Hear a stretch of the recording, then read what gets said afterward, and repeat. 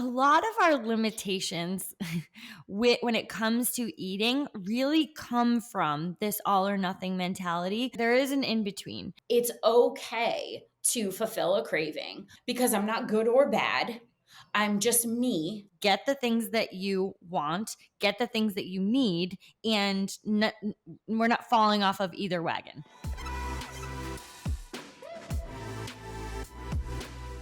Hi, everybody. Welcome back to the Thick Thighs Save Lives podcast. I'm Kelsey. And I'm Rachel. Welcome back, guys. We've got a banger for you today. Hell yeah, we do. I just love quick lists. Yeah. Quick list of this, quick list of that. I'm here for it. Yeah, we got a quick list for you today. Quick list of things that are going to help you with the development of your healthy lifestyle. So something I always think about when it comes to quick lists is that you are ultimately going to develop the lifestyle that works for you. But there are tips and tricks that some of us who have been on that journey can help you along the way that don't involve lose X amount of pounds in 5 days. You can only eat this. You must eat quinoa. You must eat spinach. You must eat a bunch of things that you don't like. We do have some tangible tips and tricks, but you're going to take them and then you're going to morph them to be into your own life. Yeah, I love that. Be the kale. You are the kale. Think like a kale. I like kale, so you must like kale. No, I like just gathering information and being like, that works for me, that doesn't work for me, that works for me. Ooh, never thought of that. Those are I think that's why I'm so addicted to these 5 tips with these lists, because I'm like, I'm so excited to hear something, even 1 or 2 things. And then sometimes you get a great list and you're like, yes, hell yes to all of those things. And I think that's what we have for you today for sure. But do you want to do lift it or drop it? Right from the beginning? I got you this week, bitch. Oh my God, it's my turn. Okay, let's go. Well, I did have a little bit of a funny thing when you started out. I don't remember what you started out and said now, but it was something that was very New England of you. And I had just been thinking about, I don't remember what it was now, because what comes to my mind for New England sayings is it's so brick outside. And something like that, people don't say that everywhere. And I had heard some Southern sayings that I thought were really outrageous and funny. And I just love the difference in the nuances between them because the Southern sayings, I'm air buddying sayings, they feel so long to me. Isley said one yesterday, this isn't necessarily Southern, but it's colder than a witch's tit in a brass bra out here. And I was like, whoa. Why was it so long? How many times did you need to practice that before you got it right? It's like a full ass commitment. It's a whole ass commitment. She's like, oh, my grandpa says that all the time. I'm like, this man can't remember where he was yesterday, but if he's going to describe the weather, it's going to be a whole ass sentence. And you guys say we're confusing when we walk outside and say it's so brick outside today. And I understand that that's not a very great descriptor, but I can't think of any other New England, Northeast sayings that are really long sentences like that. No, we don't even say you're giving context because you're trying to explain to people who might not know what brick is. But actually, what a person would really say is, damn, it's brick. Yeah. That's it. That's it. And that means, damn, it's cold. That it's colder than a witch's tit in a brass bra. It's like, what the fuck? Get to the point. Are you still talking, Isley? Because I stopped listening at least 4 words ago. Anyway, I just thought those were some funny things, and it came to my mind as soon as you said something when you started out, and I was just wondering, does anyone else out there have these kind of weird sayings that? Well, I was reading this. I have to tell you about this article. I was actually going to save it for next week, and I think I will because it's one of those stories where you're like, oh, this fits here. And then you're like, okay, I'm going to tell you the story. And then you realize you don't remember half the shit about it. So it's like, no, I'll have to come back. So it's one of those, but I read this really interesting thing on accents, and it was like a study of accents, and it had some like specific things about the Northeast, and like, even I don't know if people know this, but like, people in Western Mass do not have the like Boston drop your R's accent. So it was talking about like how even in a region, people are like, can be completely different from it. All the people in live in Massachusetts, if somebody talks, you can tell if they're from Western Mass, if they're Yeah. from Southern Mass, if they're from north of Boston. Like, you can tell there's these nuances. And it was talking about like how that happens and whatever. So I have no information. I've entered the story like a moron, as I always do. But I do remember one thing, which is that what they said was the Boston accent of like the dropping the R's and the adding R's. Like, I have an idea. We do I that know. where it doesn't belong. It's actually the closest to the British accent from the Oh. area of the original settlers. So like, what you're hearing from Boston, that like vernacular, is actually the closest thing from like Southern England, where like the settlers had first come from, like, Plymouth Rock and shit. So I just thought that was interesting. Well, we have Plymouth Rock, so that makes sense. No, because people think our accent is unique, but actually it's Oh, like, yeah. it's not very unique at all. Like, It's it's not actually unique. borrowed. You hear that, Southerners? You're unique. No one knows what the hell you're saying, and you're taking a real long time to say it. A real long time. So, on to, are you waiting for Lifted to drop it to the end, or I I'll have do it mine. whenever you're ready. If you're ready to say it, I like to go where momentum is. Okay, well, Feed the okay. momentum. What's your lift or drop? Go. Also, I can do mine and then you can leave yours to the end. Like, there's I'll no leave mine to rules. the end. Yeah, There's there's no no rules. There's no rules. rules. Do you want to tell the people what lift or drop is or no? Okay. You should know by now, guys. If Yeah, not, we've go done back it. to last week's We've done episode. it 1 week in a row, guys. If you're not, Jesus, get with us, or just talk about a witch's tit and a black brass bra, and I'll stop listening. Okay, Lifted this week is. Wait, should you drop it first? Wait, how do we do it? There's no Oh, rules. there's no rules. Drop it this week is coffee. And I know people are going to riot because, like, people, we're friends, we're out there together. And people, like, that's blasphemy. You don't say you're going to drop coffee. You lose friends that way. Like, people just stop. Relationships are damaged. This is what I'm saying. People just stop trusting you. It's just like, no, if you're not a coffee drinker, just don't. But wait, I'm saying I'm dropping coffee this week because I have finally come to the realization that coffee just makes me anxious. Like, it's a real thing. I know that it's awesome, and it's like a social norm, and I have to be a coffee drinker to be a cool kid, and it's like a whole ass experience to get a coffee, enjoy a coffee. But the facts of the matter is, coffee makes me anxious. It does not increase my productivity. It just makes me like psychotic. It makes my heart beat too fast. I can't focus on like the task that I'm doing.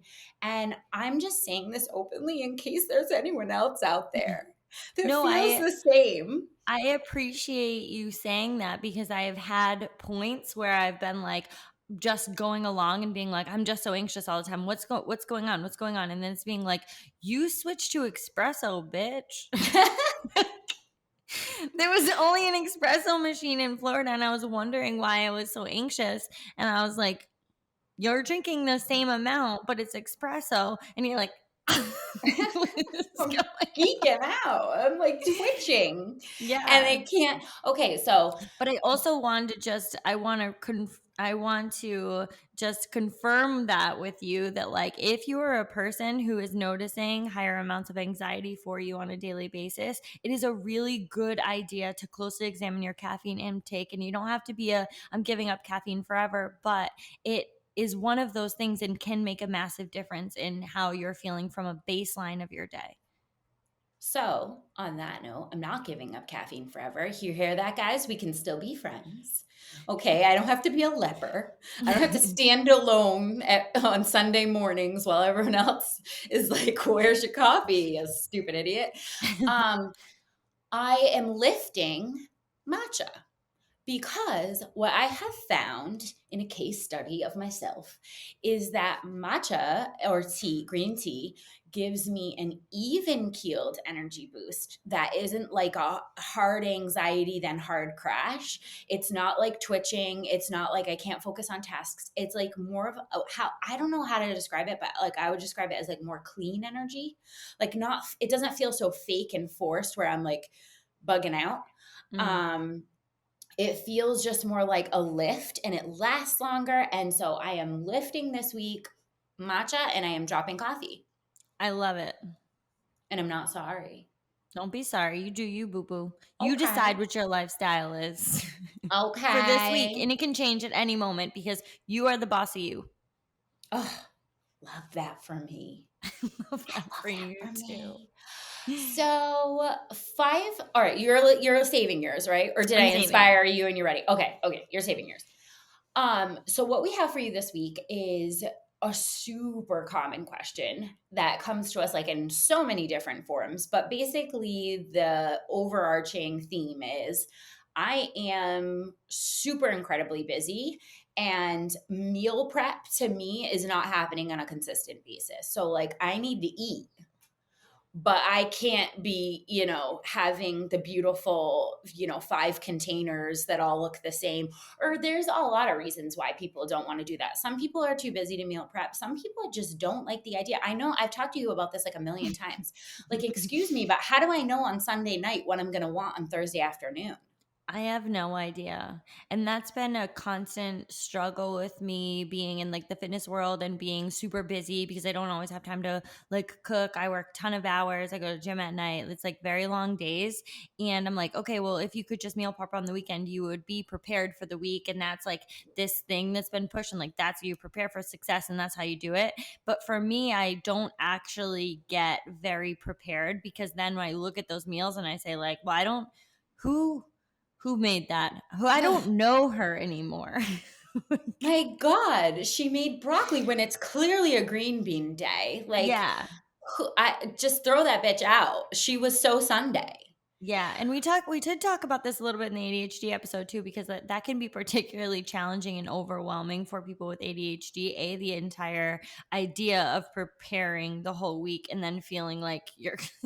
For me, I'm like, then I'm stuck to that, but I'm not Yeah. going to be because then I'm going to reject it later, and then I end up throwing some things out. So it is if meal prepping works for you, I love that for you.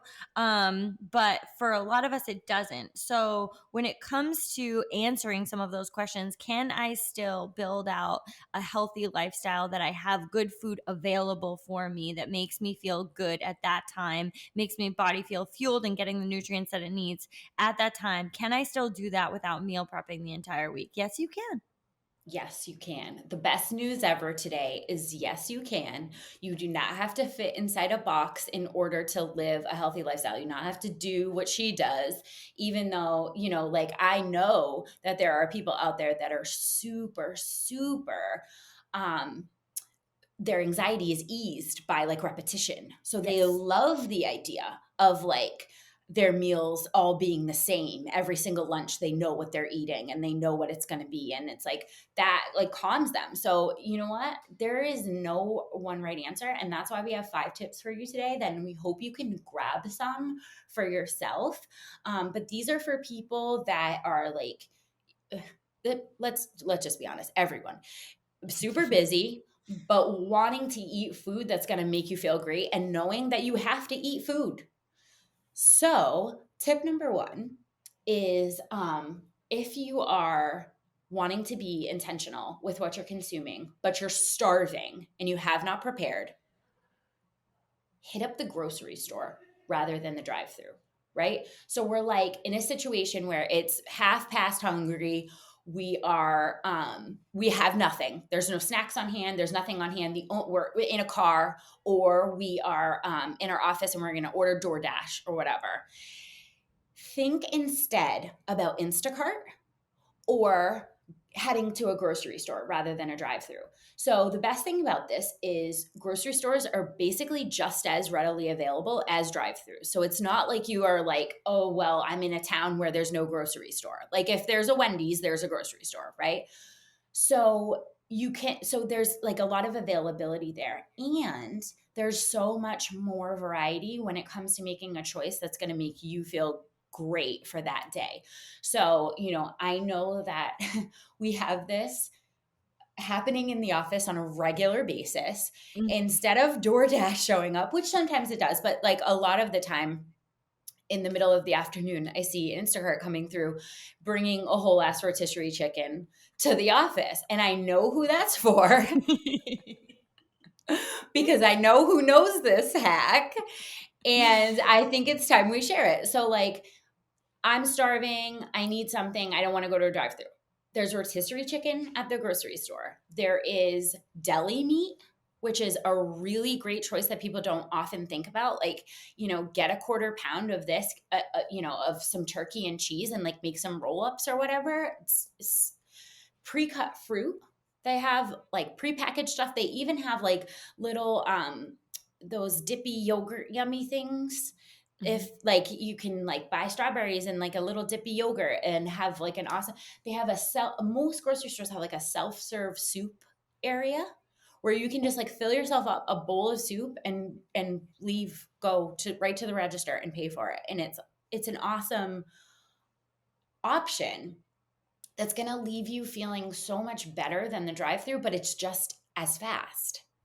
Yeah, I think it's mostly just changing the mindset when you're out there, when you're looking for something quick and easy, recognizing that a grocery, we've kind of like put this like a grocery trip is this like it's a trip, you have a list, you get your whole things for like a week, instead of thinking about it as just that it's a house for a bunch of food and you can get a bunch of things there that could make your lunch. So I like Rachel often said like you'll see like a rotisserie chicken show up, like they're the Minute Maid or the minute rices or like minute and a half. So I'll get like that, a rice and like broccoli, which is just steamed in a bag and you just put it in the microwave. So I got all of those things with just like a microwave and it's like a great meal. Or you can get like a salad and just put some of the chicken on top of there. Anything, you have like a bunch of options, and honestly once you start like putting it in your repertoire of things, you get creative with some of the different things that you can get and realizing that like, oh, I could just get any of those steamed veggies in a bag and just put them on top of a salad,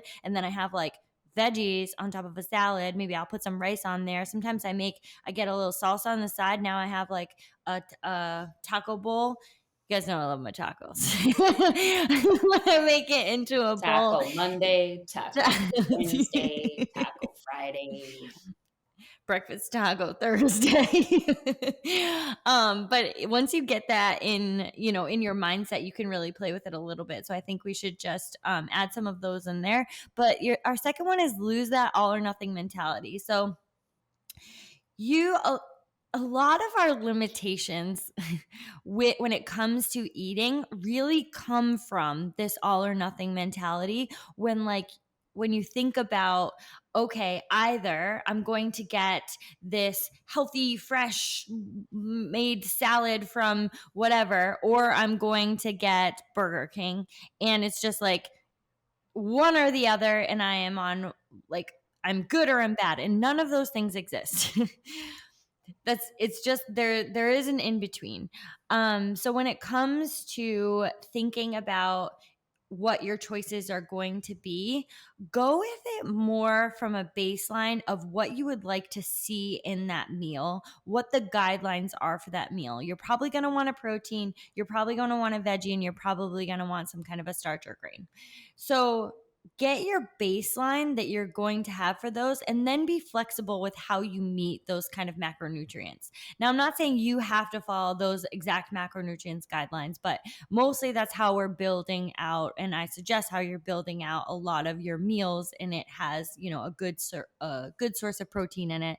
And what we lack, especially in the American lifestyle, is the ability to fill that with other veggies without just thinking about a sad salad. I'm not saying salads are always sad, but a lot of times the mentality behind them is cold, it is sad, and it's not a great, filler, when there are so many other ways to get your veggie intake that don't have to be cold, that don't have to be a salad if you don't have to enjoy it. Again, if you don't like kale, don't eat kale. And you can meet those needs in different ways if you just eliminate some rules. So true. And my biggest beef with all or nothing is it's such a consistency killer.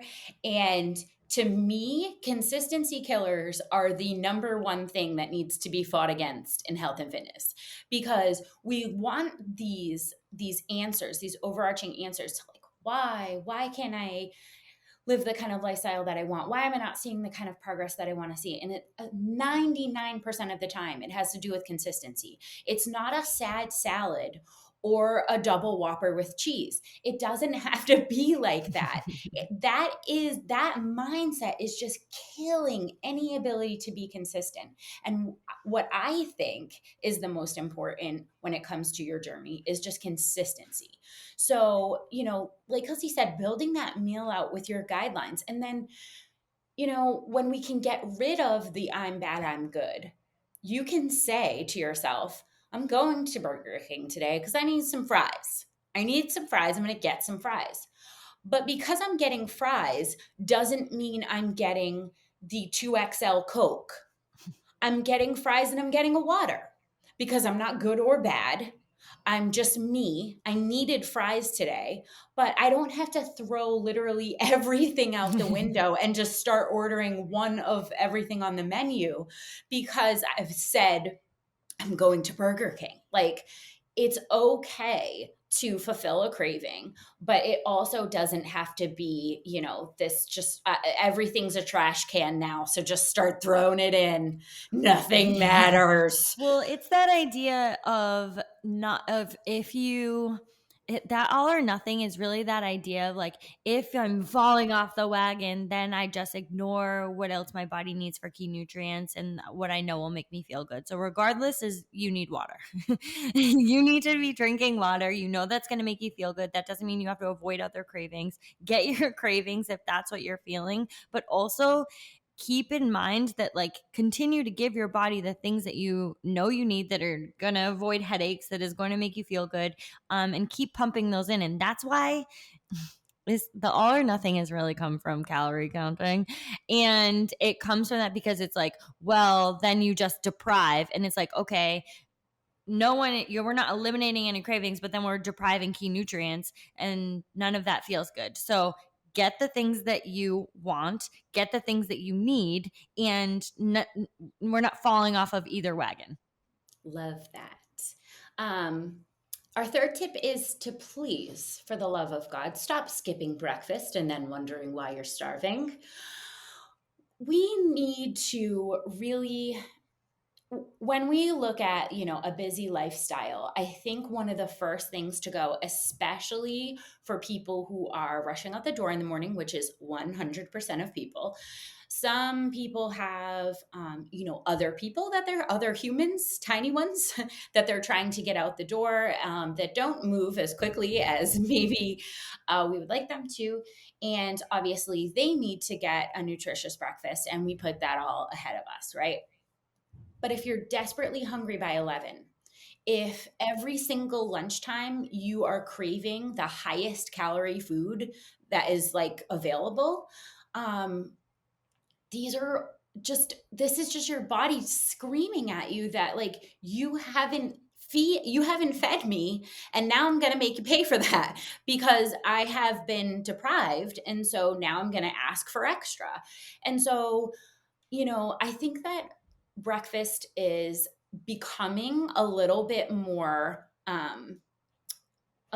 prized when it comes to the health and fitness community. That idea of like putting off calories and just like letting it build is becoming less popular. And, but we're not having any more time in the morning, right? So let's talk about some breakfast ideas for, people with kids, people running out the door, just people who like sleep. that don't wanna wake up early. I know you don't relate here because you'll wake up at 3 AM to make a kick-ass I breakfast. literally but I would just wanna say that because, like, I prioritize breakfast so much as part of my day that no matter what, I can have a photo shoot that day where, like, I'm hair and makeup for the whole thing and, like, getting a lot done in the morning or taking a flight early in the morning, and it literally does not matter. I will wake up no matter what at 2, 3 o'clock in the morning so that I can have breakfast because it is that important to the rest of my day. It's that important to me that that's how I start because I know I'm going to be like ravenous. Like I'm going to be so hungry. I always have a very big breakfast. It always includes protein. And I've been very passionate about that for many years. And I think the fitness community is really like catching on. But it is so important as a baseline to the rest of your day that you start with some nutritious food. It really affects the rest of your cravings or your choices, your energy through the rest of the day. And a lot of people have said, like, well, I just can't eat in the morning. And it's like you've not eaten in the morning for many years, and that would be what your body expects. But the fact is that you fasted all night and your body should start preparing to have some energy inserted, which through food. Like you've already when you skip until breakfast and when you skip until like 11, say you went to bed at like 9:30, 10 o'clock. Now you fasted from 10 p.m. until 11 a.m. and you're like, why am I starving? It's like, we've only had caffeine. And maybe this is also why, like, people find that caffeine can affect them in such a burn and crash kind of way because when it's the only thing in your stomach for the past like 12 hours, Yeah. it's a vibe. Overnight oats are a great option. Those don't even have to be something that you prepare because now they're selling like pre-prepared ones. Pre-made smoothies, again, another thing that they're selling pre-made. They give you a frozen bag of smoothie stuff, and all you have to do is just grab it. Hard boiled eggs, that would be something that you could do like in the beginning of the week. That would just be a grab and go. And then, like, obviously, just having on hand like a banana, Mm, an apple. They have Justin's makes like individual packs of peanut butter that is just like one serving of peanut butter in a package. And if you can grab a banana and a peanut butter pack on your way out the door, it's honestly, we're not striving for perfection, guys. It doesn't have to be the most beautiful breakfast you've ever seen or nothing.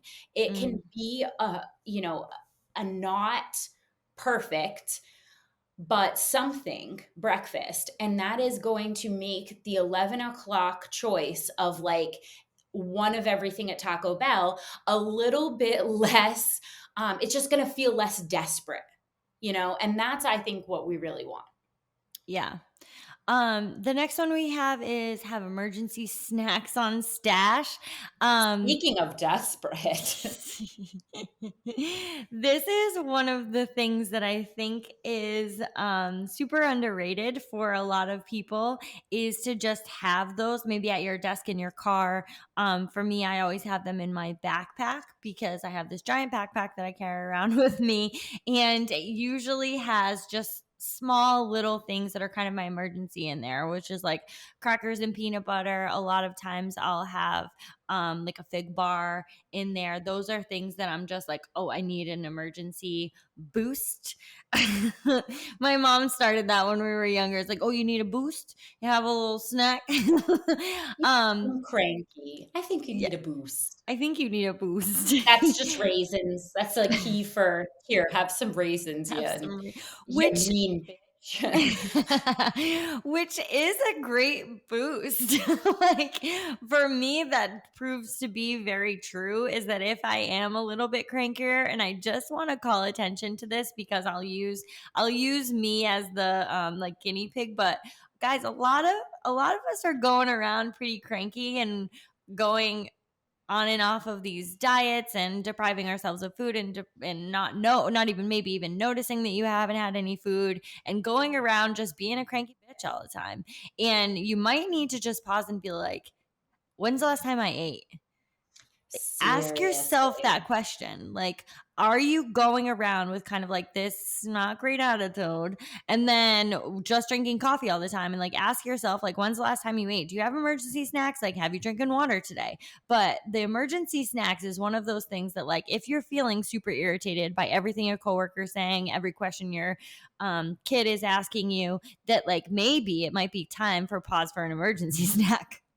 I have seen people set alarms Yeah. so that because it's so easy to ignore hunger cues when you have this perpetual busy, like, hustler mentality of, the more I get done, the better, and I have to go, go, go, and honestly, it is one of those things where you're like, you schedule a meeting, like, you schedule a snack, like, you know that your pattern is to ignore hunger cues to the point where you are craving an entire personal pan pizza because obviously that's what your body hey, I gave you some hints, I gave you some hints, I gave you some hints, you ignored them, so now I'm going to scream at you. And Well, what's happened a lot though is that we have not been taught to really listen to our body. We've been taught to mistrust our body. So when we're getting these cues from our body, in many ways, think about this, guys. If you have been one of these people who have wanted to ignore all of those cues because you have been like, no, I'm on this new like fasting diet, or I ignore cues about any carbs that I'm eating because I'm a no carb, or I'm low calories, that doesn't fit my thing, that doesn't fit my diet right now. Like we have perpetually ignored our body's cues, and we've like been told or even told ourselves that our body's lying to us and doesn't know what it wants. So it's created this deep mistrust with anything that your body is telling you. So it's not a surprise that if you have developed this relationship with your body where you either don't trust it or you don't trust each other, and then you're not even getting some of the hunger cues that might be happening, you might need to set an alarm because the habits aren't in place yet. yeah, it's a habit like anything else, you set an alarm for the things that you wanna start incorporating. If you wanna start standing up more during the day, you set an alarm for it. If you wanna start drinking more water, you set an alarm for it. I would suggest that everyone have multiple snacks during the day because I think that it is the key in starving off extreme, like, uncontrollable cravings for the highest calorie food that you can have. That's just an over hunger response, and it's very natural. And the way to not have to fight against that with willpower that will eventually not be there is to just make sure that it doesn't happen in the first place. Nuts and seeds are a great choice. Dried fruit is a great choice. These are things that, because I know a lot of people are like, my emergency snacks, like I don't have access to a refrigerator. That's fine. I'm giving you a whole list of non-refrigerated emergency snacks. If you know you're a crunchy person, like you need a like crunchy option. Banana chips, carrot chips, I love chickpeas. These are all great options that are not going to go bad. Jerky, if you are like looking to increase your protein uptake, like these are all things that they can be kept around your desk, they can be kept in a backpack, they can be kept in your car. If you're a nurse, like places that you're frequenting, if you are always stopping off at a certain desk, you can put like a bag of nuts on it and like write your name. And like I just think that these little hacks make such a huge difference in the long run. And I can't say enough about them. You know what? We couldn't stick to five. So we're doing all right, listen. Our five has a couple parts. You just have to stick with us. I- You just have to stick with us because we it's couldn't pick 5 per one. A, B, C. Well, we'll do them fast, so it'll just be like we're just running down 5A, B, C, and D. Like just Yeah. Mm, it's commitment issues is what it really is. yeah. So number 5 part A is chew your damn food. I know when we're in a rush, we are just shoveling things down and not really thinking about it, but really spend a little bit more time chewing your food. And if that means that you're rushing off to a place and you just bring it with you in the car, that is perfectly acceptable. You don't have to shovel it all down before you get in the car. You can just bring it with you. 5 part B.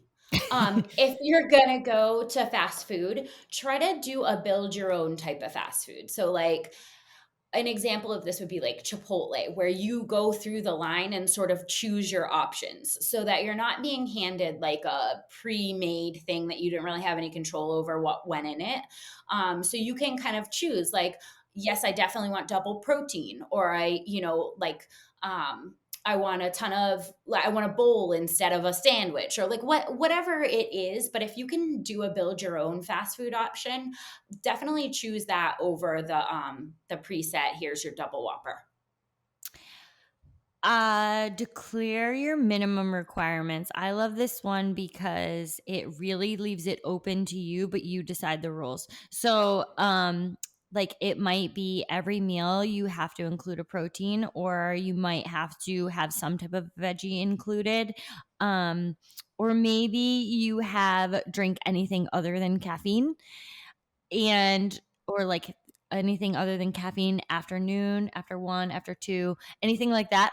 Those are yours that maybe you want to stick to, but I really love when you have decided that you're going to include a protein in every meal. Be flexible with what that is. Like it can be fried chicken or grilled Yep, chicken or either way, it doesn't yep. matter. Like it could be chicken nuggets. It could be, but that's included in there. So you have I'm going to make sure that I do get a protein source because I know that my body needs protein right now. And it's not going to have a super big discrimination on what that protein is, but you have included it and like get something. I know a lot of the times it's veggies. And you have to get a little bit creative with how you want to add that in there on the side. But maybe if that's part of your requirement, you just add it in. Yeah, I think that these 5, well, 5-ish, Five-ish. Five-ish. 5-ish, when it comes to being on the go and when it comes to being busy, I think that there's so much that you can take from here and just start implementing today.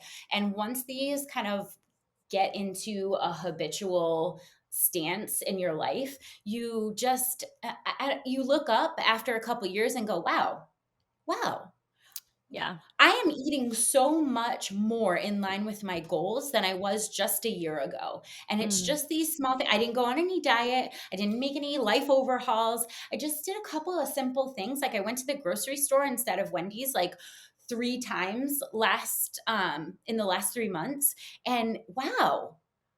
Well, it's really about being able to maintain that long term. When you start to put some of these things into your lifestyle, you really don't even notice them. You just look for some of the things that you do on a daily basis, and you say like, "Oh, wow, I really started with some of these guidelines. I've morphed it into my own, but I've been able to maintain this for a long time and even just develop it because it worked for me and it was part of my rules, and hopefully we helped you out with developing some of the ones that we've learned over the years."